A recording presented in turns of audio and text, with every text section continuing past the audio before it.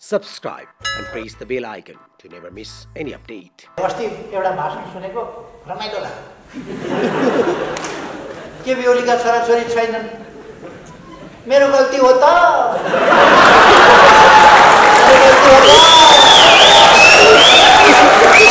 मेरा छोरीहरू छन्, मेरो गल्ती हो त, तिनका लागि अलिकति बन्दोबस्त बाउ भएपछि गरिदिनु परेन, मेरो गल्ती हो त।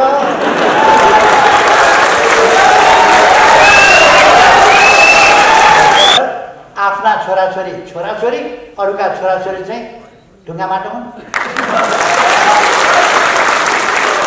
बा भन्नेहरूलाई ल्याएर पोस्ट छ। मैले देशभरिका छोराछोरीहरूलाई पोस्ट नै खोजे। कसले भनिदिएछ फेरि के बेहुलीले धरारा बनायो भनेर?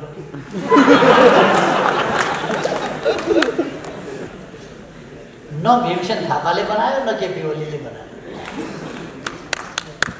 बनाउने त इन्जिनियर नै होला, बनाउने त सिकर्मी डकर्मी नै होला। लोकसँग डर लाग्दो रहेछ। बेलुका बेलुका बेसार पानी खान्छ, दिउँसो बेसार अनि आमाले सोचिन् होला, दिउँसो त खरानी के अरे बेसार दलेर विरोध गर्दै थिइस् त, अहिले त फेरि बेसार पानी चाहियो आमा भन्छ भन्दा रोगसँग त घुस गर्नु पर्यो नि त आमा। वर्षौँ लाग्ने कुरा। यो 3 महिनाभित्र हामीले भनेका छौँ, 3 महिनाभित्र हामी फ्रन्ट लाइनमा काम गर्ने, रिस्की जोनमा काम गर्नेहरूलाई लगाइसक्छौँ 3 महिनाभित्र। कोही खोप नआइदिए हुन्थ्यो भन्ने लाग्छ कि क्या कतिलाई? कहाँबाट आउँछ अब खोप भन्छ? जसले निर्माण गरेका छ तीबाट आउँछ। निर्माण गरेका देशभक्तिका कुराहरू, भावनाहरू पनि, व्यवहारहरू पनि सुन्नुभयो, सहनुभयो। कति भएपछि के गर्नु त? अब नक्सै छापेपछि, लिपिया धुरा लिपुले काला पानी नै सामेल गरेपछि उहाँहरूले सहन सक्नु भएन मूर्खहरूले।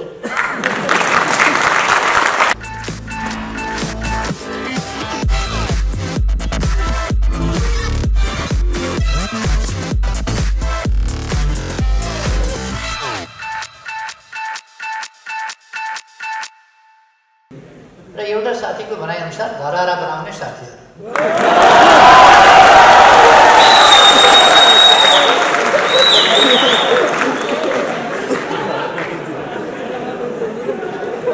भनेको तपाईँहरू सबैजना।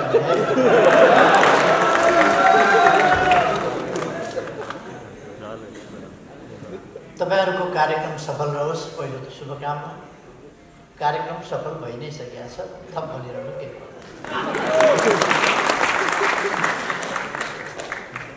पहिले हामी सिधै सिराको कार्यक्रमबाट काठमाडौँबाट लिएर हेलिकप्टरबाट ओर्लिने बित्तिकै गाडी चढेर यहाँ आउँदैछौँ। सिराभन्दा अगाडि हामी ऊर्जा क्षेत्रको एउटा धेरै महत्त्वपूर्ण काम डल्केबर सब स्टेसन, जो धेरै महत्त्वपूर्ण छ, त्यसको उद्घाटन गर्दै थियौँ। र त्यो उद्घाटन गरेर त्यस कार्यक्रममा पनि हामीले केही बोल्यौँ। अथवा आज एउटा महत्त्वपूर्ण नयाँ काम सम्पन्न भएको हामीले घोषणा गरेका छौँ उद्घाटन मार्फत। त्यस सब स्टेसनबाट भारतबाट बिजुली ल्याउन सकिन्छ वा भारत पठाउन सकिन्छ। हेटौँडा सब स्टेसनमा त्यहाँबाट विद्युत पठाउन सकिन्छ र नरुवा सब स्टेसनमा पठाउन सकिन्छ। र भोलि अरुण 3 तयार भइसकेपछि त्यसका लागि पनि त्यस सब स्टेसनमा अर्को एउटा पार्ट खाली छ, त्यसमा निर्माण गरेर त्यसैलाई प्रयोग गर्न सकिने गरी त्यो निर्माण भएको छ। अर्थात् एउटा महत्त्वपूर्ण काम सम्पन्न भएको घोषणा गर्न हामी आएका छौँ। शहीद हेमनारायण यादव, जो 17 वर्ष अगाडि मारिनु भएको थियो, उहाँको स्मृति सभामा सरिक भएर श्रद्धाञ्जली अर्पण गर्न आयौँ। तपाईँहरूलाई लाग्छ होला श्रद्धाञ्जली सभा भनेपछि शालिगमा जानु होला, माल्यार्पण गर्नु होला। व्यक्ति हेरेर यदि व्यक्ति कष्टमा, एउटा पनि व्यक्ति कष्टमा छ भने, एउटा पनि व्यक्ति असुरक्षित छ भने, एउटा पनि व्यक्ति दुःख पाएको छ भने, एउटा पनि बालक बालिका अभिभावक विहीन भएर त्यो फिल गरेर स्नेहबाट वञ्चित हुनु परेको छ र बाल सुलभ अधिकारबाट वञ्चित हुनु परेको छ भने पर क्यापिटा इन्कमवाला समृद्ध समाजको के अर्थ हुँदैन। समृद्धिको प्रतिफल, त्यसको प्रतिफल हरेक नागरिकमा यथोचित ढङ्गले पुगेको छ कि छैन। कमसे कम सबभन्दा ठुलो समृद्धि त्यो हो जुन देशको एउटा पनि नागरिक भोकै छैन, एउटा पनि नागरिक नाङ्गो बस्नु पर्दैन, एउटा पनि नागरिकले जाडो खप्नु पर्दैन अथवा जाडो भयो म जाडाले कठाङ लिएर मरे भन्नु पर्दैन, एउटा पनि नागरिकले मैले छोराछोरी पढाउन पाइनँ भन्ने अवस्था, मैले सामाजिक सुरक्षा पाइनँ बुढेसकालमा भन्ने अवस्था त्यस्तो हुनु पर्दैन। हो त्यो समाज मात्रै वास्तवमा मानवीयतायुक्त समाज हो। अस्ति केही दिन अगाडि मैले, अस्तिको दिन मात्रै हो कि क्या हो, 3 दिन अगाडि राष्ट्रिय सभागृहमा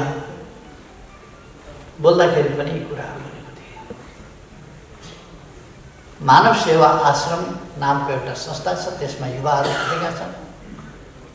उनीहरू देशव्यापी यसपल्ट भर्खर अस्ति क्याम्पेन गरे, त्यसको समापन समारोह हामीले गरेका थियौँ। तर त्यो क्याम्पेनमा उनीहरूले, मैले बिदाई गर्दा बालुवाटारबाट उनीहरूलाई भनेको थिएँ, तपाईँहरूको यात्रा सफल रहोस्, अलपत्र सडकमा रहेको मान्छे र सहयोगापेक्षी सडक मानव कोही पनि फेला नपरोस्, तपाईँहरू रित्तै हात फर्किनुहोस्, तपाईँहरू सफल हुनुहोस्। मैले शुभकामना दिएका थिएँ। तर उहाँहरूले लगभग 700 को अलपत्र परेका, साङ्लाले बाँधेर थुनेर राखेका बेहालका मान्छेहरू, थला परेर परालमा सुतेर पिठ्यौँमा घाउ भएर पराल पिठ्यौँको घाउभित्र पसेको छ, निकाल्न सकिँदैन, त्यस्तो अवस्थाका मान्छेहरू 700 जति उहाँहरूले भेला गरेर ल्याउनु। हाम्रो समाज अझै पनि त्यहाँ छ, त्यसबाट मुक्त गर्नुपर्छ। र हामीले यो क्याम्पेन यस्ता क्याम्पेनहरू हामीले किन चलाइरहेका छौँ भने कोही पनि नेपाली अमानवीय अवस्थामा हुनु हुँदैन।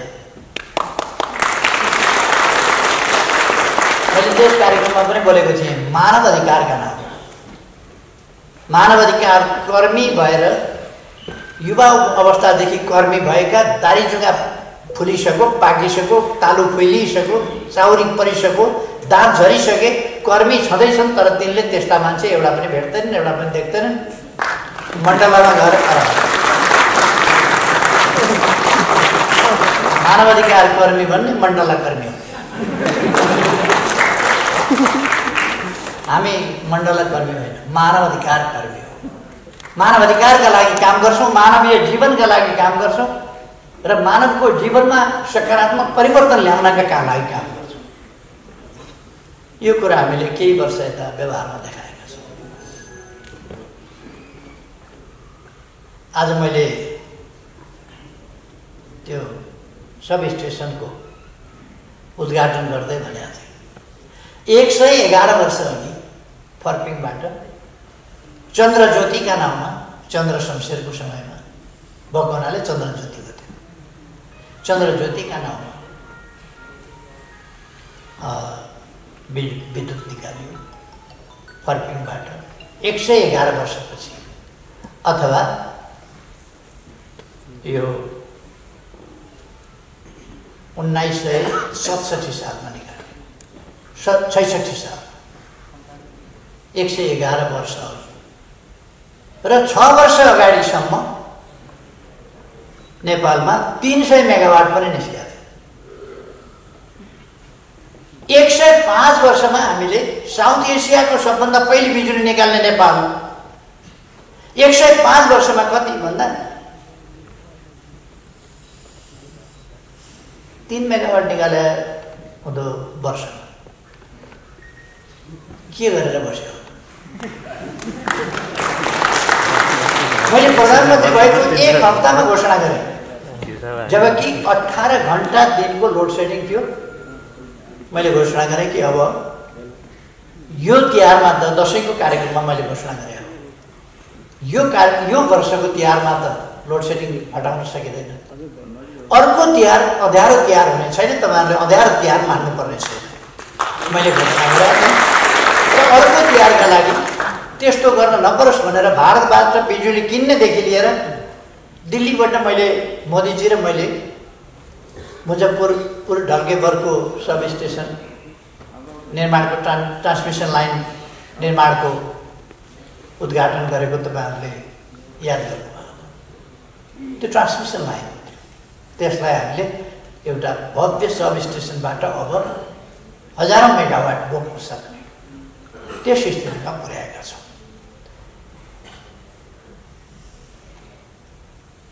त्यसपछि म 74 साल फागुन 3 गते प्रधानमन्त्री भएँ। 75 साल जेठमा लोड सेडिङको अन्त्य घोषणा गरियो। लोड सेडिङ छैन। अहिले पनि केही मान्छेहरूलाई सरकार असफल भयो भन्नका लागि इलेक्ट्रोनिक कुरा हो, कहिले कहिले झ्याप्प बत्ती गयो भने थुप्रै कुरा सुधार गर्नुपर्नेछ। ट्रान्सफर्मरहरू त्यस्तै छन्, तार त्यस्तै छ, त्यो सबै कुरा फेरबदल गर्नुपर्छ। यो फेरबदल यति कुरामा गर्नुपर्ने रहेछ नि, बाटाका छेउमा हिँडो लट्ठै पछि गुजुल्टिएको, के साह्रो गुजुल्टिएको टेलिफोनको तार, अचम्म लाग्छ। अलिअलि गुजुल्टिया हो र भने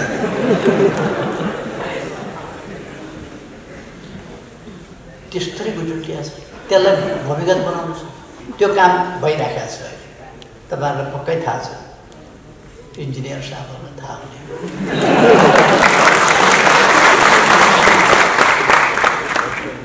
एक ठाउँमा मात्रै होइन, हामी हरेक ठाउँमा काम गरिरहेका छौँ। म 74 साल फागुन 3 गते प्रधानमन्त्री भएपछि यता कतिवटा पुल बने, सडक पुल मैले भन्नु पर्दैन, तपाईँहरूले थाहा हुन्छ।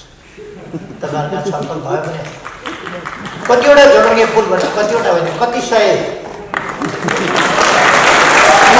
जोडोङ्गे पुल बने, कति सय सडक पुल बने, पक्की पुल 100 भन्दा बढी। कति झोलुङ्गे पुलबाट तुइन स्थापना गरियो।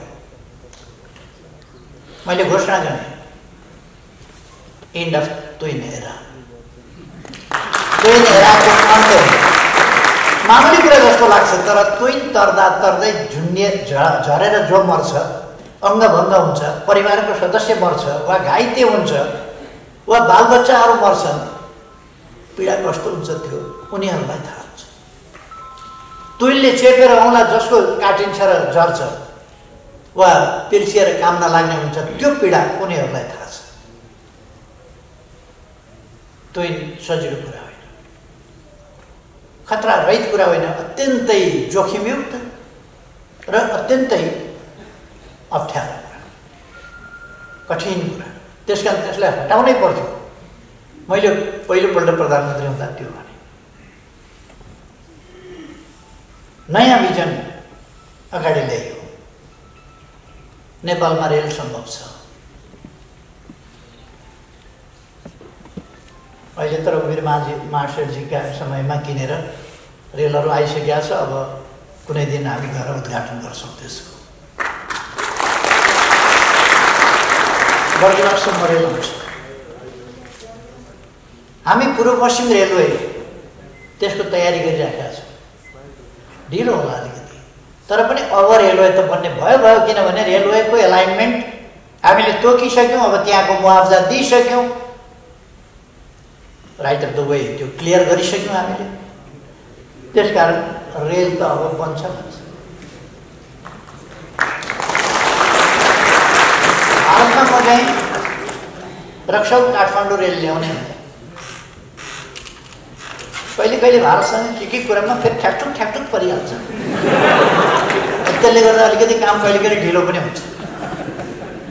तर अहिले फेरि ठिकै छ, अब राम्ररी गएको छ। राम्ररी जानुपर्छ, छिमेकीहरूका बिचमा राम्रो सम्बन्ध हुनुपर्छ। हामी देशको अहित नहुने गरी, देशलाई घुँडा नटेकाइकन देशको हित हुने गरी हाम्रा छिमेकीहरूसँगको सम्बन्ध सुमधुर बनाउन चाहन्छौँ। समानताका आधारमा सुमधुर बनाउन चाहन्छौँ, घुवाक्र्याक्क घुँडा टेकेर होइन, लम्पसार गरेर होइन, सोभरेन इक्वालिटीका साथ हामी हाम्रो सार्वभौम सत्ताको रक्षा गर्छौँ, हाम्रो स्वाधीनताको वास्तविक अर्थमा प्रयोग गर्छौँ। चीनतिरबाट बाटो खुल्यो, ट्रान्सपोर्ट ट्रान्जिट एग्रिमेन्ट खुल्यो। म पहिलोपल्ट प्रधानमन्त्री भएका बेला मैले खोलिसकेँ। अब नेपाल ल्यान्डलक मात्रै रहेन, ल्यान्डलिङ्क जस्तो।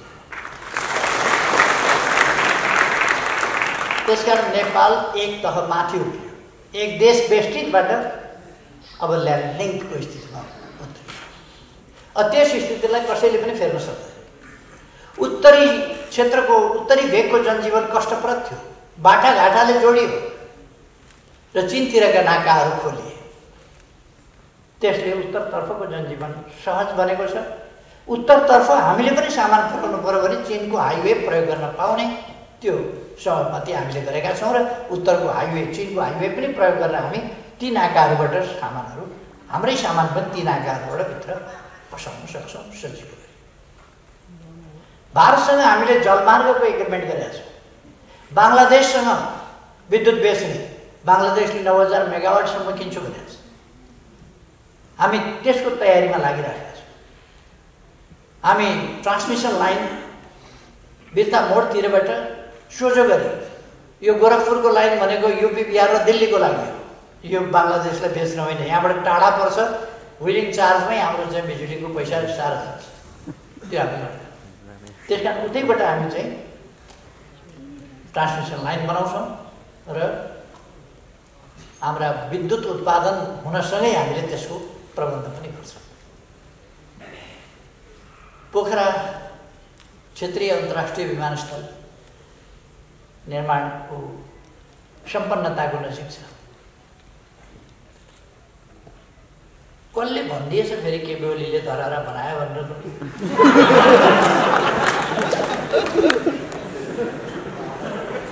अनि न भीमसेन थापाले बनायो न केपी ओलीले बनायो। बनाउने त इन्जिनियर नै होला, बनाउने त सिकर्मी डकर्मी नै होला, मजदुरै होला, श्रमिकहरूलाई होला।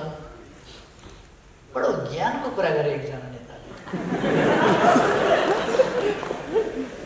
तर मैले शिलान्यास गरेर छोडेको, भत्किएको, बिग्रिएको, सुकेको, नासिएको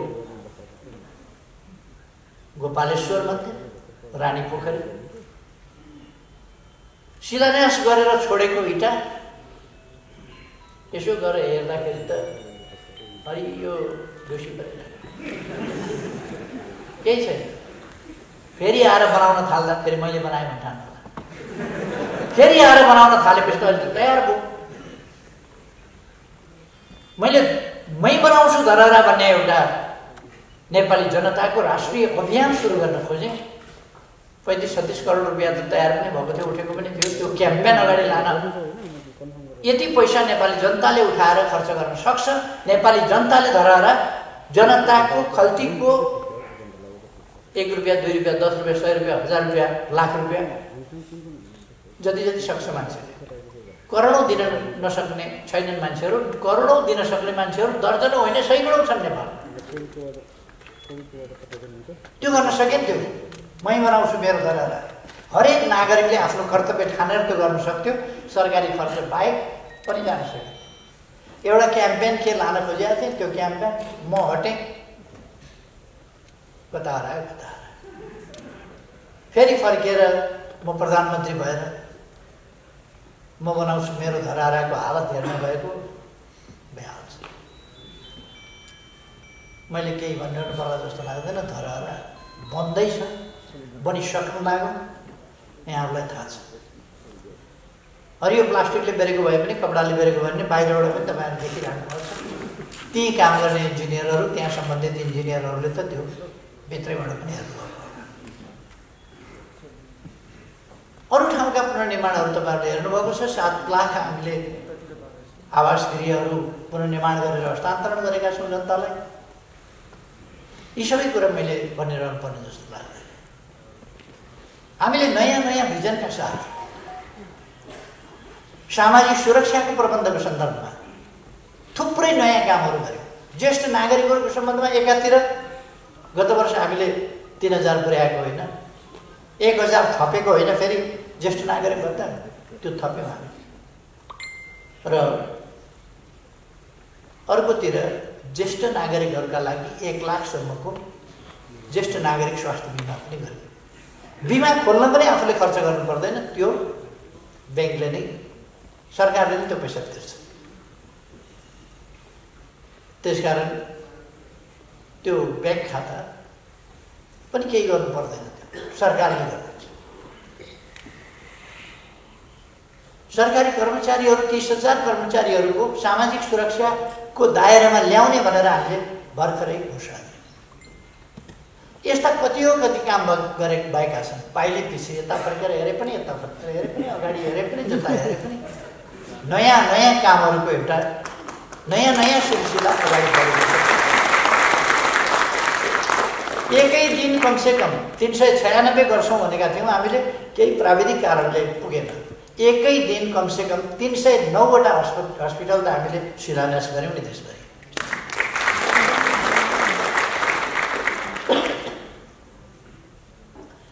सायद विश्वका ठुला ठुला देशहरूमा पनि यस्तो रेकर्ड छैन होला कि एकै दिन 309वटा हस्पिटलको शिलान्यास कमै।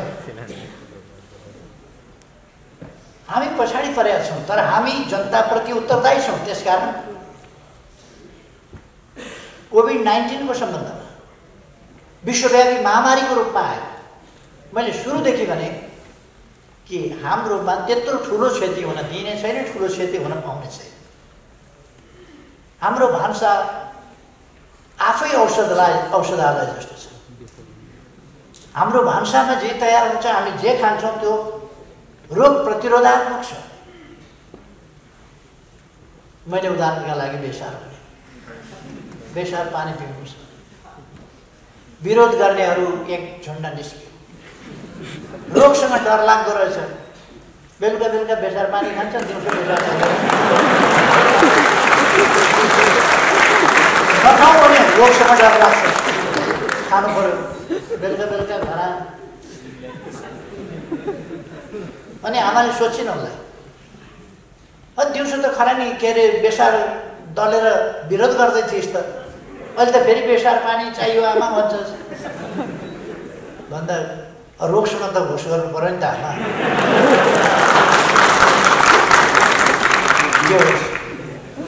हाम्रो भान्सा, हामीले प्रयोग गर्ने मसलाहरू,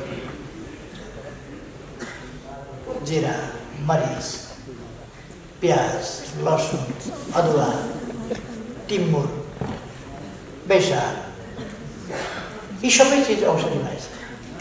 यिनमा प्रतिरोध क्षमता छ। त्यसकारण नेपालीलाई अलिक कम सर्छ, सर्यो भने पनि निको हुने दर बढी हुन्छ, किनभने प्रतिरोध क्षमता नेपालीमा बढी छ भनेर मैले भने। धेरैले उडायो, अप्रमाणित कुरा भने। अहिले तथ्यहरूले देखायो यो गरिब देशको कोभिड-19 को कारणले हुने मृत्युदर अन्यत्रको भन्दा कम छ, धेरैभन्दा कम छ। 0.7% होला, अन्यत्र 2, 3, 4% पुगेको छ। हाम्रोमा त्यो पुग्दैन। अब हामीले कोभिडको खोप सुरु गरिसकेका छौँ। कोभिडको खोप अर्काले दिएर भगवान बेसा खोजेर ल्याएर भए पनि छोराछोरी भोकै त राखेन नि त, भयो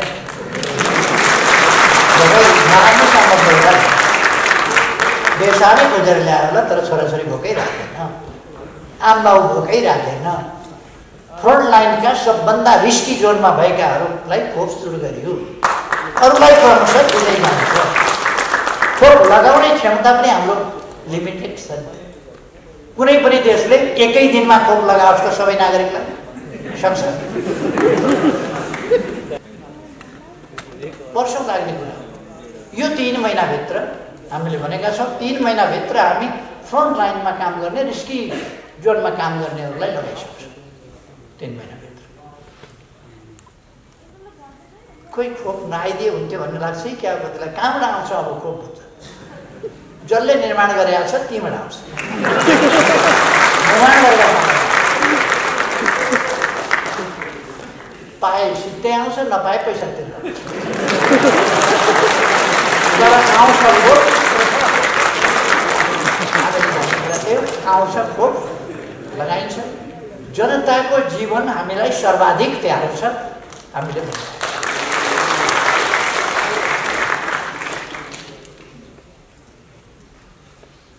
यस्तै कुरा सुनेपछि मेरा साथीहरू हडबडाए दौडाए, यो देश त बन्छ कि क्या हो?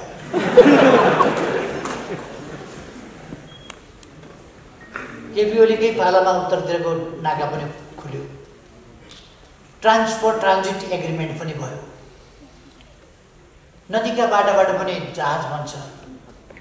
जहाज के भनेको थियो? उत्साही युवाहरूले गण्डकीमा चलाउन थाले, कोशीमा चलाउन थालिसक्यो। मान्छेलाई भिजन दिएपछि त गर्दा रहेछ नि आफै आफै। अहिलेको कृषि क्षेत्रमा मोडर्नाइजेसनको एउटा लहर चलेको छ। मैले हाम्रा उद्यमी व्यवसायीहरूलाई भनेको छु, तपाईँहरू बाहिर तयार भएका सामानहरू ल्याएर यहाँ बेच्ने मात्रै काम नगर्नुहोस्। यो कुनै व्यापार होइन। यहाँ उत्पादनमूलक उद्योगहरू खोल्नुहोस्, रोजगारीका अवसर सिर्जना गर्ने उद्योगहरू खोल्नुहोस्, उत्पादनमूलक उद्योगहरू खोल्नुहोस्, निर्यातमूलक उद्योगहरू खोल्नुहोस्। सरकारले तपाईँहरूलाई पुराका प्रयास गर्छ। म साथीहरूलाई आग्रह गर्न चाहन्छु, अघि भर्खर पनि मैले त्यहाँ पनि बोल्दाखेरि भने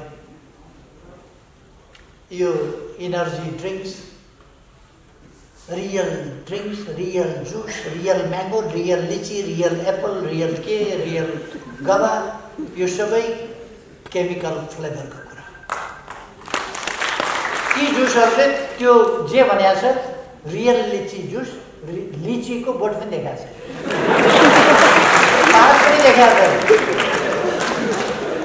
केमिकल फ्लेभर मात्रै हो।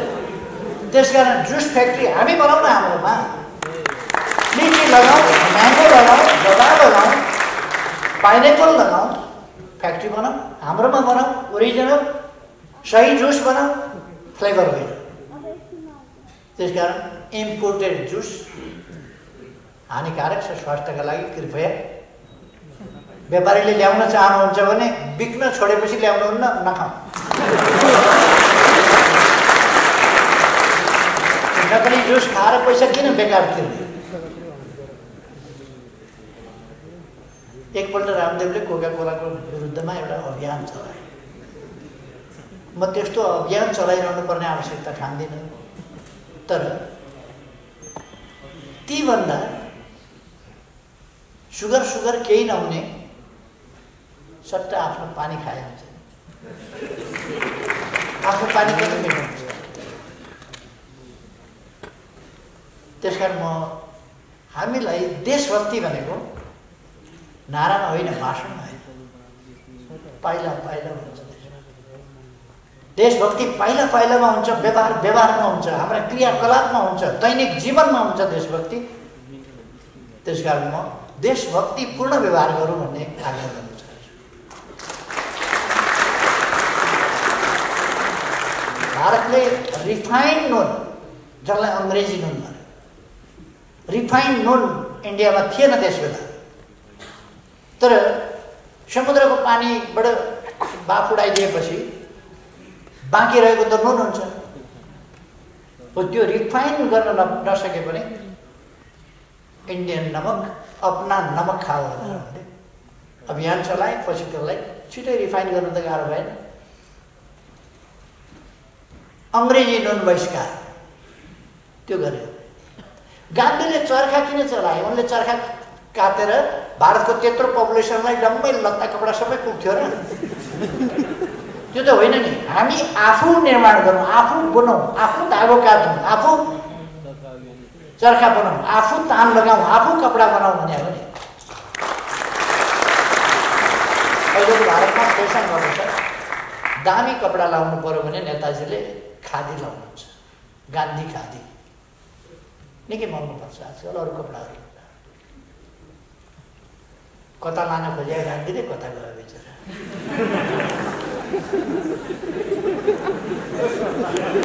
सर्वसाधारणलाई सस्तो कपडा लगाउन दिन खोजे, राष्ट्रिय उत्पादन बढाउन खोज्यो। राष्ट्रिय उत्पादन त हो, तर गरिबीले छुनै सक्दैन। इन्डियाको कुनै गरिबीले गान्धी खादी लगाएको देख्नुहोस्, कहाँबाट पाए पो महँगो पर्छ।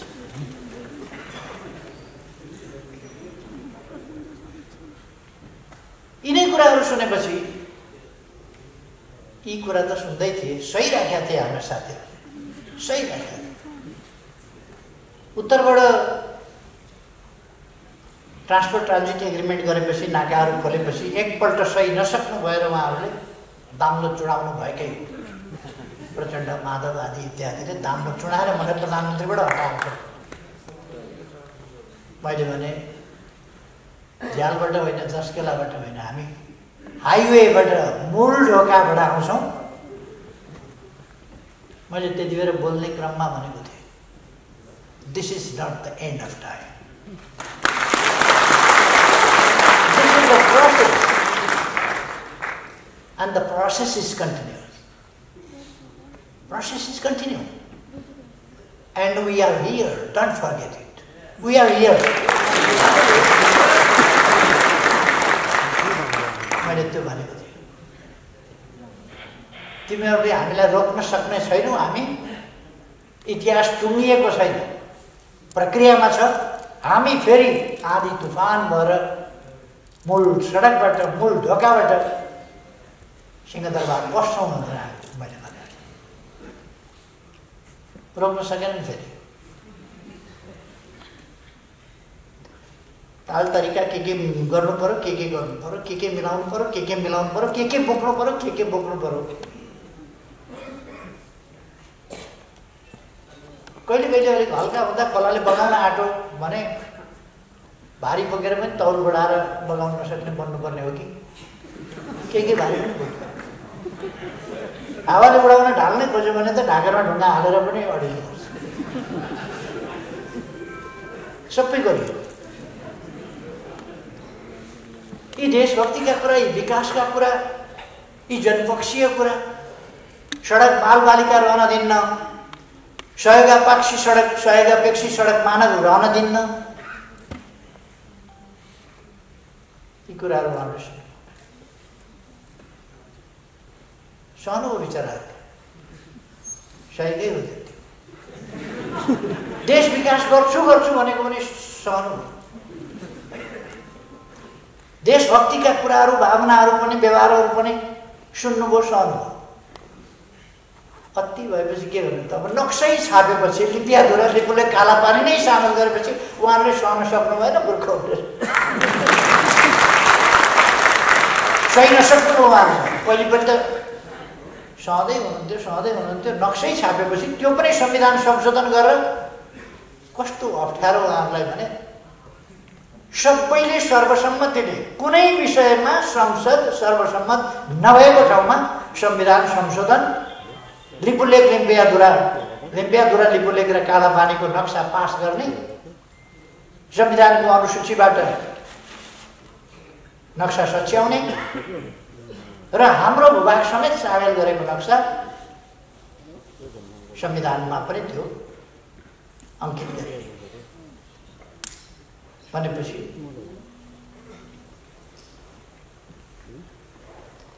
कसको के आदेश आयो त्यो उहाँहरू जान्नु होला। तर उहाँहरू त्यति बेलैदेखि पुर्को उफ्रिन थाल्नु, त्यति बेलैदेखि धामी उफ्रिए चाहिँ उफ्रिने, टेलिभिजनमा गएर उफ्रिने, अन्यत्र गएर उफ्रिने, सडकमा गएर उफ्रिने, हेर्लास चाख्लास पख्लास गरेर धुमै गर्नु गर्दै गर्दै धेरै लामो समयसम्म हामीले तानेर ल्यायौँ। अस्ति केन्द्रीय कमिटीको बैठक बोलाइयो, उहाँहरू आउनु भएन। अघि भनिहाल्नु हो र मान्छे केन्द्रीय कमिटीको बैठकमा आउनु भएन, साथीहरू कता जानुभएछ त हामी यहाँ छौँ भनेर। निर्वाचन आयोगबाट थाहा पाइयो पार्टी हामीलाई चाहियो, सूर्य चिन्ह हामीलाई चाहियो, यो चाहियो। मैले भने प्रचण्डजी तपाईँ सूर्य चिन्हबाट एकपल्ट चुनाव लड्नु भएको छ, एकपल्ट लड्नुभएको छ सूर्य चिन्हबाट। अनि सूर्य चिन्ह कहिलेबाट तपाईँको भयो? सूर्य चिन्ह लगेर निर्वाचन आयोगमा 30 वर्ष अगाडि दर्ता गर्ने मान्छे म अध्यक्ष छँदैछु, मेरो भएन। अनि प्रचण्डजीको हामी भाडाको घरमा बसेका छौँ, कार्यालय भाडाको घरमा। उहाँहरूले आफूलाई अलग भएको घोषणा गर्नु। मैले भने तपाईँको पेरिस डाँडा त किनेको आफ्नो नम्बरी जग्गा, नम्बरी घर छ नि त, त्यहीँ जानुहोस्, दामी छ। हामी भाडाका घरमा बसेका छौँ, अर्काको घरमा भाडा तिरेर बसेका छौँ, के किचकिच गर्न आइरहेको?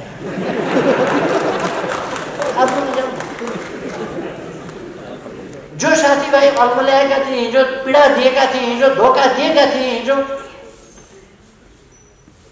महान जनयुद्ध क्रान्ति हुन्छ, एकदम जनवाद आउँछ, त्याग गर्नुपर्छ। मान्छेले ज्यान त्यागे, अङ्ग त्यागे, छातीमा गोली लिएका छन्, अङ्गमा गोली लिएका छन्, शरीरमा गोली लिएका छन्, अङ्ग भङ्ग भएका छन्। ती मान्छे कहाँ छ? अनि मैले यो प्रश्न गरेको, एउटा मान्छेले हो तिनीहरूकै हुर्क्यो, लडाकुका लागि आँसु बगाउनु पर्दैन भनेर। तिमीहरूले बगायो त मैले बगाउनु परेन? काम राख्नु पर्यो। तिमीहरूले त वास्तव त गर्ने। कोही ड्र्यागन फ्रुट फलाउन कुद्या छ, कोही के गर्न कुद्या छ। साथी पोलिटिक्सबाट विरोध भएका छन्। किन विरोध भए? लड्न आफूलाई लगायो। अस्ति एउटा भाषण सुनेको, रमाइलो लाग्यो। केपी ओलीका छोराछोरी छैनन्, मेरो गल्ती हो त,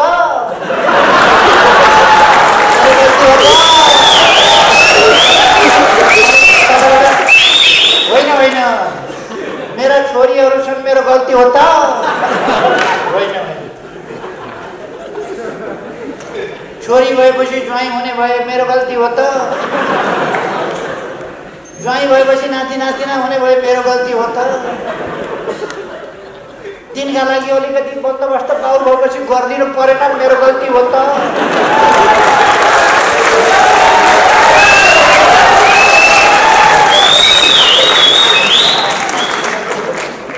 मैले छोरीलाई माया गर्नुहोस् भनेको छु, ज्वाइँलाई माया गर्नुहोस् भनेको छु, नाति नातिनीलाई माया गर्नुहोस् भनेको छु। तर आफ्ना छोराछोरी अरूका छोराछोरी चाहिँ ढुङ्गा माटो हुन्। तिनीहरूलाई चाहिँ प्रयोग गर्ने फाल्दिने। अरूका छोराछोरीको बन्दोबस्त आफ्नो छोरीको जस्तो हुनुपर्छ पर्दैन। मैले तपाईँहरूलाई कार्यकर्ता भनेर हिँडाउँछु भने मेरो छोराको जति बन्दोबस्त, मेरो छोरालाई जति प्राथमिकता मैले तपाईँहरूलाई पनि दिन सक्नुपर्छ, अनि मात्रै मान्यता हो।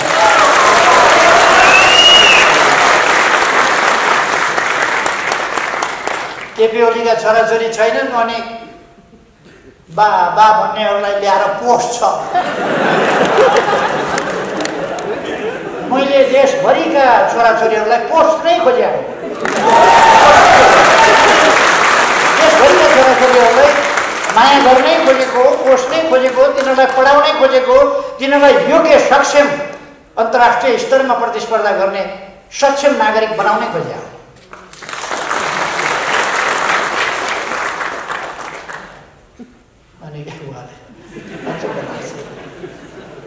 मेरो गल्ती हो त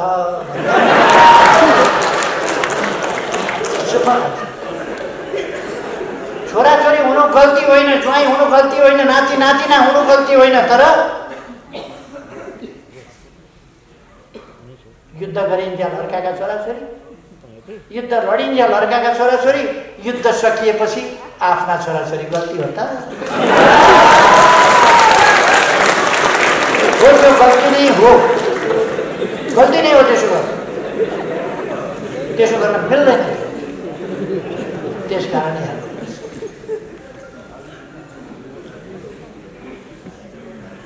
अब तपाईँहरू हाँस्नुभयो, भरे मलाई भोलिको भाषणमा उनीहरूले चक्कर भन्दैछ। सब मान्छे हँसाउँछ, नेपाली जनता साह्रै हँसाउने भयो यसले। उनीहरूलाई पिर केमा छ भने मैले सारा नेपाली जनता हँसाउँछु, सारालाई खुसी पार्ने, त्यसमा पिर छु।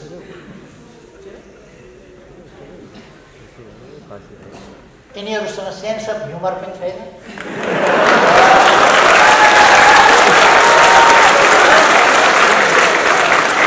एउटा स्ट्याचुको अगाडि गएर प्रार्थना गर्नुहोस्, तुमेव माता च पिता तुमेव।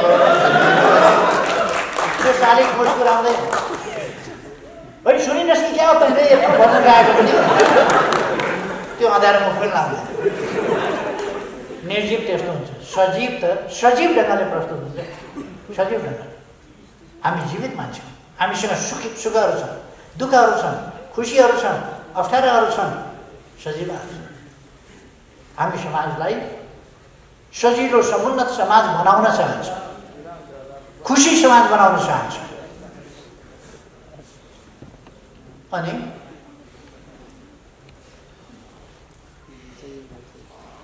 यी 2-4 मान्छेहरू पार्टी जस्तो चलाएको थियो।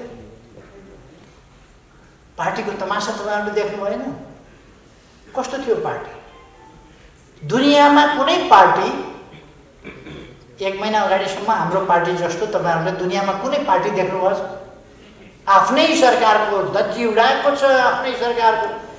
पार्लियामेन्टमा विपक्षीहरू उठ्न खोज्छन्, बोल्न खोज्छन् अनि भन्छन् खोइ के भन्ने, हामी त सबै सत्ता पक्षले नै मिल्छ, सरकारको आलोचना गरौँ भने त्यत्रो आलोचना हामी गर्नै सक्दैनौँ, त्यति आलोचना सत्ता पक्षले गरेको छ, के गर्ने? अब माधवजी नै भएपछि हामी किन बोल्नु पर्यो र भन्छ। पार्टी त्यस्तो हुन्छ, संसदीय दल त्यस्तो हुन्छ। म अमेरिका भ्रमणमा गएको थिएँ। कम्युनिस्ट पार्टीको 2/3 झन्डैको सरकार छ। कम्युनिस्ट पार्टीको नेतृत्वमा कम्युनिस्ट पार्टीको सरकार छ। त्यसबेला सफलतापूर्वक सरकार राष्ट्रिय अन्तर्राष्ट्रिय क्षेत्रमा अगाडि बढेको छ। त्यस्तो अवस्थामा एउटा नेता संसदको रोस्टरमा गएर भन्छ लौ न देश डुब्ने लागु, कोही आऊ देश बचाऊ, लौ न देश डुब्ने लागु, माझी दाई डुङ्गा डुब्ने लागु, लौ न आऊ पार लगाऊ। कोही सडकमा भन्छन् केही निक्लिएर को आऊ देश बचाऊ भनेर भन्छ। कोही 2/3 झन्डैको आफ्नै सरकार छ, त्यस सरकारका विरुद्ध के भन्छन्? लौ न कोही आऊ देश बचाऊ। कम्युनिस्ट पार्टीको नेतृत्वमा झन्डै 2/3 को सरकार हुँदा देश बचाउन कसलाई बोलाएको? बोलाएको कसलाई? उहाँले खुलस्त भन्नु पर्यो, कसलाई आमन्त्रण गर्न खोज्नुभएको? उहाँले सक्नुहुन्न। देशभित्रकालाई हो भने पनि सक्नुहुन्न, देश बाहिरकालाई हो भने पनि सक्नुहुन्न। नेपाली जनताको विश्वास भयो। अहिले राष्ट्रवादी मयूरको प्वाख लगाएर मयूर भएको स्वाङ पारेर नाच्न खोज्दै हुन्छ। मयूर नाचेको कि के हल्लिएको थाहा हुँदैन। त्यो नेपाली जनताले चिनिसकेको छ। म लामो समय नलिउँ, धेरै लामो समय गइसक्यो। चुनाव संविधानसम्म ढङ्गले घोषणा गरिएको छ। प्रतिनिधि सभा चल्नै नसकेपछि, प्रतिनिधि सभा मार्फत अस्थिरता ल्याउन खोजेपछि, आफ्नो 2/3 भत्काउन खोजेपछि, 2/3 त रहने थिएन, उहाँले भत्काउन खोज्नुभयो। अविश्वासको प्रस्ताव भनेर केही मान्छेहरू 175 जना हामीसँग छ सांसद, त्यसमध्ये 67-68 जना भएपछि त पुग्छ। अविश्वास राख्ने, अस्थिरता सुरु गर्ने, प्रधानमन्त्रीका विरुद्ध, पार्टी अध्यक्षका विरुद्ध झुटा लान्छनाहरूको 19 पेज लामो एउटा अपराधको फेरिस्त आपराधिक योजनाका साथ प्रस्तुत गर्ने, ती कामहरू त उहाँले गरिसक्नुभयो। संसद चल्न दिने अवस्थामा हुनु न थियो। तपाईँहरूले सुन्नुभयो होला नि, संवैधानिक परिषदले संसदीय समितिमा प्रस्तुत गरेको प्रस्ताव सभामुखले आफ्नो लेटर प्याडमा लेखेर फिर्ता गरे अरे। सभामुखले कहिले कहिले यसो कानुन पढे पनि हुन्छ, थाहा पाउनु पर्यो।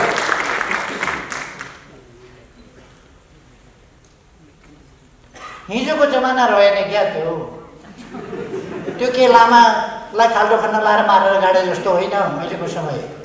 मन परि चल्दैन, जथाभावी चल्दैन, कानुनको राज हुनुपर्छ।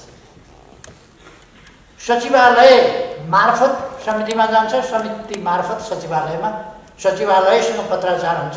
सभामुखले आफ्नो लेटर प्याडमा लेखेर अस्वीकार गरे भनेर हु इज सभामुख टु रिजेक्ट, अधिकारै छैन। अनि आफ्नो सीमा पनि थाहा नपाउने, आफ्नो पदको मर्यादा पनि थाहा नपाउने, सडकमै बस्छ भने संसद बसिरहेका छौँ त माइती घर मण्डलामा, सडकमै बस्छ। कानुनी राज छ यस देशमा भन्ने कुरा कति नबुझेको होला। सम्मानित सर्वोच्च अदालत शक्ति पृथकीकरणको सिद्धान्त अनुसार स्वतन्त्र छ फैसला गर्न। धम्काएको छ, सेटिङ बनाएको छ। केपी ओलीले न्यायाधीशहरू भेट्यो अरे, यति वाहियात र हावादारी कुरा गरेको छ। मलाई न्यायाधीशहरूको विवेकमाथि विश्वास छ। मैले न्यायाधीश भेटिरहनु पर्ने त्यो जरुरी पनि छैन। मैले संविधानसम्म ढङ्गले काम गरेको छु, त्यसमा मैले त्यस्तो केही गर्नुपर्ने आवश्यक। मैले राजनीतिक हिसाबले देशको भविष्यलाई ख्यालमा राखेर विदेशीको इसारामा यस देशलाई चल्न दिने छैन। उहाँहरू जति कराउनुहोस्। नेपाली जनताका बिचमा म गएको छु। मैले नेपाली जनताको ताजा जनादेश चाहियो भनेको छु। अनि सभामुख, यस्ता सभामुखलाई अब यो आउँदैछ नि मनोनयनका दिनसम्मको सभामुख, त्यसपछि आएर देखाउनुहोस् न संसदमा। यस्ता नेताहरू सरकारलाई काम गर्न नदिने, विरोध मात्रै गर्ने। अब पार्लियामेन्टमा आएर देखाउनुहोस् न। फेरि पार्लियामेन्ट सातौँ गर्नुपर्छ। त्यही भएर जनताका बिचमा जान किन साधो गर्छ? किन तर्सिएका जनताका बिचमा? 5 वर्ष चुनाव हुँदाखेरि संविधान च्यातिन्छ अरे, संविधान भङ्ग हुन्छ अरे, देशमा अस्थिरता भयानक सङ्कट आउँछ अरे। त्यसो भए त 1.5 वर्षपछि त महासङ्कट आउनु रहेछ। चुनाव त आयो, विघटन नगरे भए पनि 1.5 वर्षपछि त आउँथ्यो। चुनाव आउने बित्तिकै जब देशमा महासङ्कट आउँछ भने त यो त चुनाव नगर्ने प्रणाली उहाँहरूले खोज्या रहेछ। चुनाव हुन नहुने प्रचण्डलाई बनाइदिउँ, त्यसपछि चुनाव नगरौँ, खाइरहनु। उहाँहरूको इन्साफ थियो। जनताका बिचमा ताजा जनादेशका लागि जाने कुरा लोकतन्त्रको मर्म हो। त्यो यत्तिकै गएको हो र म त प्रधानमन्त्री छँदै थिएँ नि, यत्तिकै गएको हो र। जब संसदलाई तमासा बनाइने भयो, अस्थिरताको सिर्जना थलो बनाइन खोजियो, तब र सांसदहरू देख्नु भएन, मन परि बोलेका छन्, उफ्रिएका छन्, कुदेका छन्। विपक्षीले भन्दा बढी आफ्ना पार्टीकाले सरकारको विरोध गरेका छन्, काम गर्न नदिएका छन्। ऐन बनाएर पेश गरेको 3 वर्ष भइसक्यो, बनाउन दिँदैन। सरकार एक ठाउँबाट चल्दैन, खुमलटारका आदेशमा मन्त्रीहरू चल्छन्। त्यो स्थितिमा चल्छ सरकार? त्यसकारण मैले विघटन गरेर ताजा जनादेशका लागि जानु पर्थ्यो। यस देशका लागि, देशको सार्वभौम सत्ताका लागि, देशको स्वाधीनताका लागि, देशको विकासका लागि, संविधानको रक्षाका लागि, लोकतन्त्रको रक्षाका लागि, जनताको सर्वोच्चता कायम गर्नका लागि यी केही तथाकथित राजनीतिका खेलाडीहरूले राजनीतिलाई फोहोरी खेल बनाउन नदिएर जनताको सार्वभौम सत्ता जनताले प्रयोग गर्न पाउने ठाउँमा फेरि फर्काउनका लागि निर्वाचनको घोषणा गर्यो। संविधान सम्मत छ, निर्वाचन हुन्छ वैशाख 17 गते 78 सालको वैशाख है। 78 साल वैशाख 17 गते शुक्रबारका दिन पहिलो चरणको निर्वाचन हुन्छ। 78 साल वैशाख 27 गते सोमबारका दिन दोस्रो निर्वाचन हुन्छ, दोस्रो चरण। र हामी 3 वर्षसम्म हाम्रो पार्टी निष्क्रिय, गन्तव्यविहीन, हल नचल, कता जान्छ पार्टी थाहा छैन। त्यो स्थितिमा 3 वर्ष पार्टी रह्यो, तपाईँहरूलाई थाहा छ। गन्तव्य कता हो थाहा छैन। त्यस्तो अवस्था कता जाने हो, के गर्ने हो? 3 महिनामा टुङ्ग्याउने भनेको एकीकरणको प्रक्रिया 3 वर्षमा टुङ्गिँदैन। मसँगै अध्यक्ष हारेको मान्छे भोलिपल्टदेखि अध्यक्ष देऊ, अध्यक्ष देऊ, अध्यक्ष देऊ, अध्यक्ष देऊ। पहिले चुनाव हारेर प्रधानमन्त्री भएको त्यही सम्झेर हारेपछि संसदमा चुनाव हार्ने, त्यहाँबाट प्रधानमन्त्री हुन पाइन्छ भने अध्यक्ष हारेर अध्यक्ष हुन किन नपाउने? मेरो त यस्तो विचार लिने बानी परेको छ। यही ढङ्गले म हार खोज्नुहुन्छ। तपाईँहरू सबैले सुन्नुभएको होला, मैले महाधिवेशन तपाईँहरू अध्यक्ष लानुहोस् महाधिवेशनबाट, तर बिचमा होइन, महाधिवेशनसम्म सहयोग गर्नुहोस् अनि म छोडौँला। तर ठिक ढङ्गले काम गर्नुपर्छ, देशको पक्षमा काम गर्नुपर्छ, जनताको पक्षमा काम गर्नुपर्छ, विकासको पक्षमा काम गर्नुपर्छ। अब मेरा छोरी छन्, ज्वाइँ छन्, अब मेरो गल्ती भयो त भनेर हुँदैन, त्यसरी हुँदैन। विकासका लागि काम गर्नुपर्छ, शान्ति सुव्यवस्थाका लागि काम गर्नुपर्छ, देश र जनतालाई शिरमा मनमा राखेर काम गर्नुपर्छ।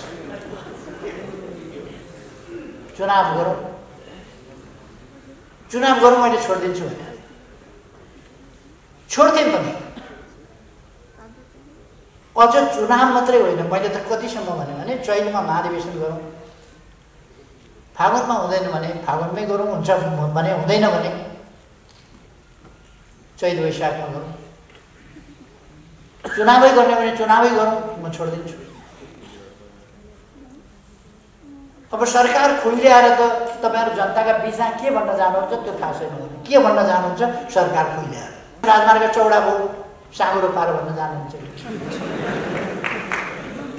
लोड सेडिङ समाप्त भयो। म प्रधानमन्त्री हुँदा 18 घण्टा लोड सेडिङ थियो, लोड सेडिङ समाप्त भयो। यो नकली बत्ती भनिराखेको छ, यो सकली बत्ती होइन भन्न जानुहुन्छ।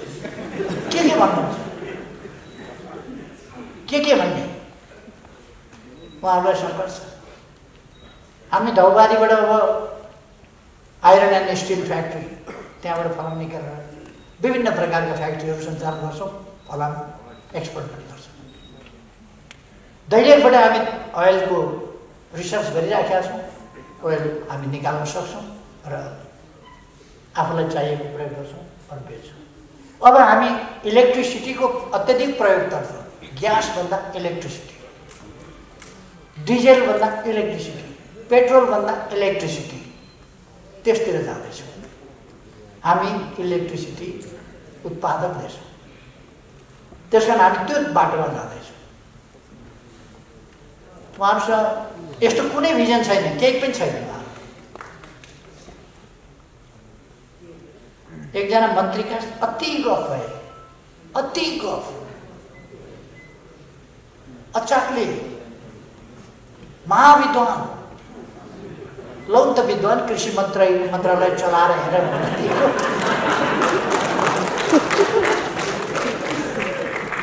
कृषि मन्त्रालय चलाउनु दिएको विद्वानको हविगत त्यहीँदेखि गफ गर्न जस्तो सजिलो हुँदैन रहेछ साथी हो भनेर स्ट्याटस लेख्यो।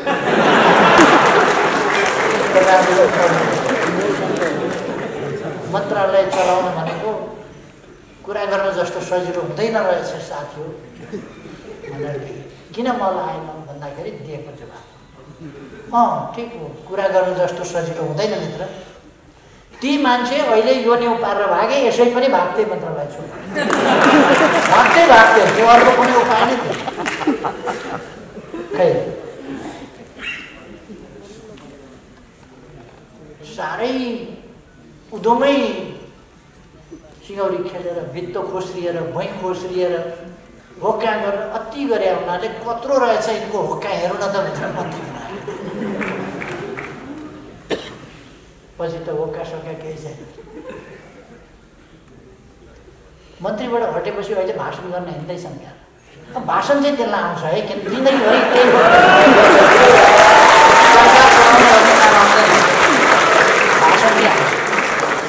भाषण चाहिँ गर्छ। अब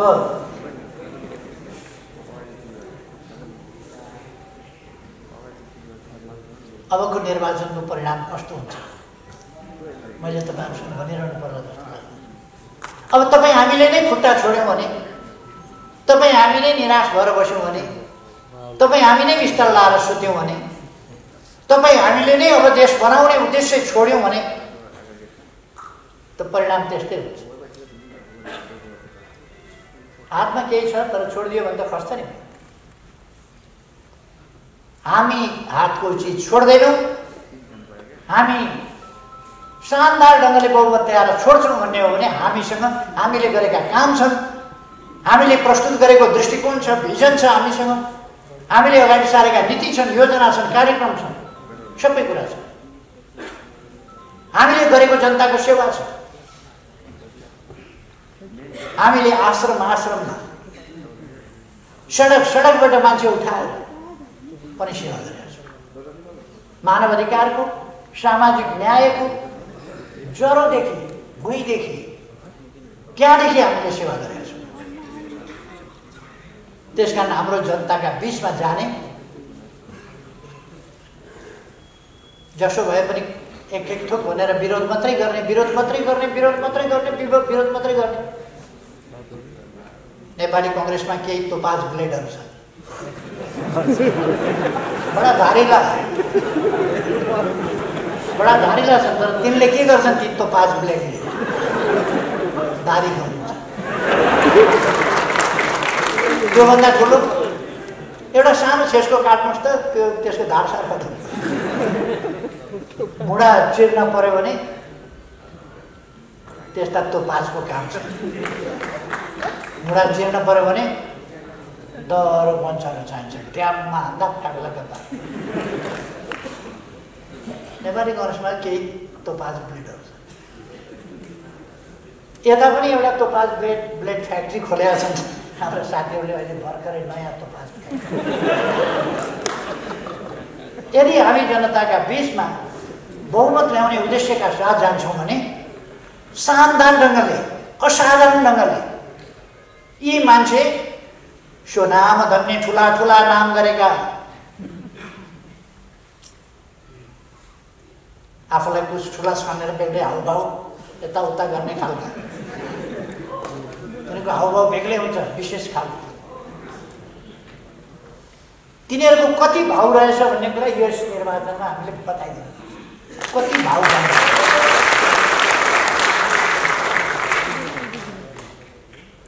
श्रीखण्डमा पैँजेरू पलायो भने त्यो पनि बास्ना आउँछ। श्रीखण्डबाट पैँजेरू टिपेर मिल्काइदिनुहोस्, बाँच्नु सक्दैन।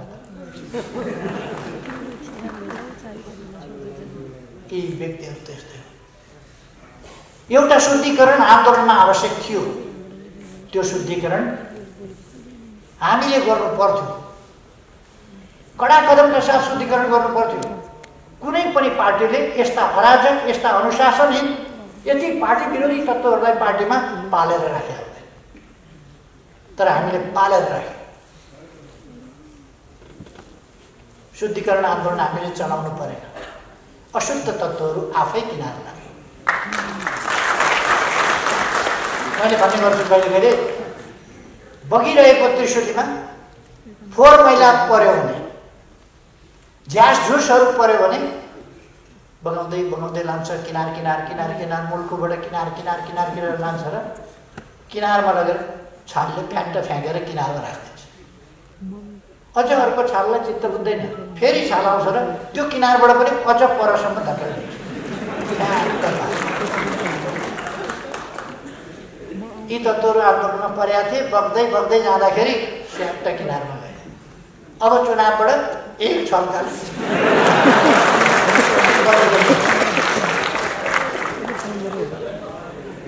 हामीले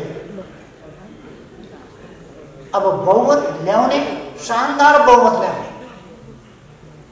उद्देश्यका छौँ, 2/3 पुर्याउने उद्देश्यका छौँ। यो प्रणाली सजिलो प्रणाली होइन, सजिलैसँग बहुमत कसैको आउँदैन। असजिलो अप्ठ्यारो काम हामीले बाहेकहरूले गर्न सक्दैन। हामीले जनलहर सिर्जना गर्न सक्नुपर्दछ, जनताका बिचमा हामी सही कुरा लिएर जान सक्नुपर्दछ, हामी क्रियाशील हुन सक्नुपर्दछ, अनि हामी बहुमत ल्याउन सजिलो सक्छ। अब मैले धेरै केही भनिरहनु पर्ला जस्तो लाग्दैन। 23 गते काठमाडौँमा आमसभा छ, 23 गते काठमाडौँमा आमसभा छ। अरूले 5-7 हजार मान्छे जम्मा गऱ्यो भने शक्ति प्रदर्शन भन्छ। 5-7 हजार जम्मा भयो कि शक्ति प्रदर्शन। हामी 1-2 लाख जम्मा गर्छौँ, 2-3 लाख जम्मा गर्छौँ। शक्ति प्रदर्शन भनिहाल्दैनौँ, अलिक पछि मात्रै शक्ति प्रदर्शन गर्ने हो। मैले 2-3 लाख जसो मात्रै जम्मा गर्छु। शक्ति प्रदर्शन भनेको के हो? त्यसपछि चुनावको अलिक निकटतिर सम्भवतः वैशाख 24 गते काठमाडौँमा अन्तिम आमसभा हुनेछ। सायद शक्ति प्रदर्शन त्यस बेला गएको सातो चुनाव पछिसम्म नफर्किने गरेको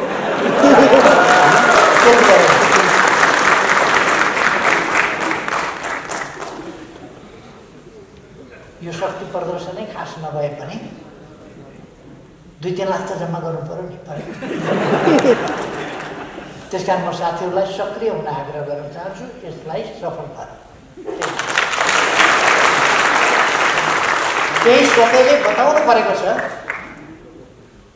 यो संसद विघटन र ताजा जनादेशको पक्षमा देशको जनमत छ, काठमाडौँ छ, देश छ भन्ने कुरा यो 23 गते हामीले बताइदिनुपर्छ। त्यस उपस्थितिको अर्थ त्यही निस्किन्छ कि जनता प्रधानमन्त्रीले चालेको कदमको साथमा छ, प्रधानमन्त्रीको साथमा छ। म तपाईँहरूको प्रधानमन्त्रीको हैसियतले, तपाईँहरूले निर्वाचन गरेको प्रधानमन्त्रीको हैसियतले म तपाईँहरूलाई आग्रह गर्न चाहन्छु, मेरो कुनै उद्देश्य छैन। देशलाई समृद्ध नेपाल र सुखी नेपाली बनाइ छाड्ने हो। हाम्रै जमानामा हामीले नै त्यो बनाउन सक्छौँ। मलाई दोस्रो पल्ट किडनी फेरिकन फेरि फर्केर आउनु पर्ने यो संसारिक दुःखमा के काम थियो र?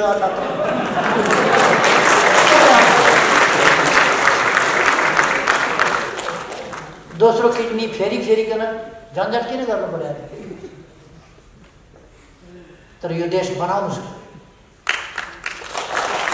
यदि मैले किडनी फेरेर नआएको भए तिनै हामी यहाँ छौँ होला छ नि, तिनीहरूको हातमा देश जान्थ्यो, जान दिनु हुँदैन थियो त्यस्ताहरूको हातमा। मैले भनेको छु बाँकी जिन्दगी फाउको जिन्दगी हो मेरो, बोनस जिन्दगी।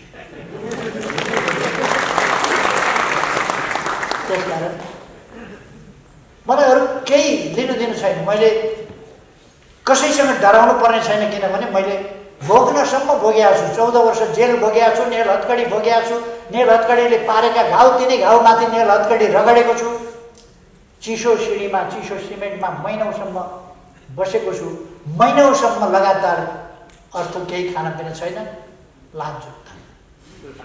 लाठी जुत्ता लाठी गुस्सा त्यही खाएर 1.5 महिना बसेको छु जम्मा सबै मैले बेहोरेको छु। त्यसकारण यो संसारमा कसैले आँखा देखाएर पनि डर लाग्दैन, तर्साएर पनि डर लाग्दैन। मैले यस्ता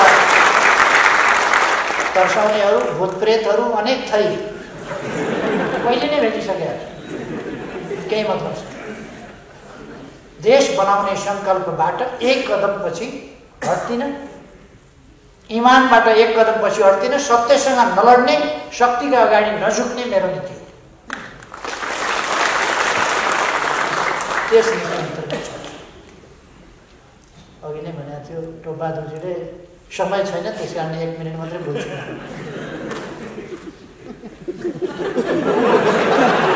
अब क्याबिनेटको बैठक गर्नुपर्ने अलिकति समय सारेको थियो, धेरै समय फेरि यस्तो चिज हो मैले नसारे पनि सकिरहेको छ। त्यस कारण अब अरू समय सर्न नदिउँ। म साथीहरूमा धेरै धेरै शुभकामना भन्न चाहन्छु। 23 गते अवश्य हाम्रो भेट हुनेछ। एकजनाले 10 त के कमसेकम 100 भन्दा बढी हामी साथीहरू तयार गरेर लिएर आउनेछौँ। राम्रो गर्नुभएछ। 41 नम्बर है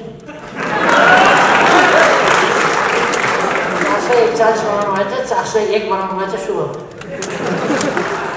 साथीहरू पर्खिनुभयो यति बेरसम्म। आमन्त्रण गर्नेले आमन्त्रण गर्नुभयो, पर्खिनेले धेरैका साथ पर्खिनुभयो। धेरै धेरै धन्यवाद साथ, शुभकामना साथ आफ्नो भनाइको यहाँ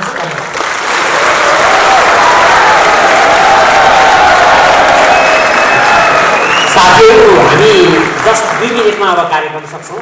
अब यो कार्यक्रममा उपस्थित हुनुभएका सम्पूर्ण महानुभावहरू तथा सहयोगीहरूलाई धन्यवाद ज्ञापन गरिदिनु न। आज म यस टिमका केन्द्रीय सदस्य अर्जुन पौडेलज्यूलाई अनुरोध गर्छु। हामी